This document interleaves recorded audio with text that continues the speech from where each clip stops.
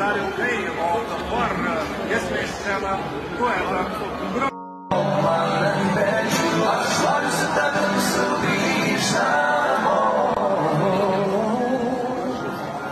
Ačiū visiems labai, mėly vilniečiai ir miesto svečiai.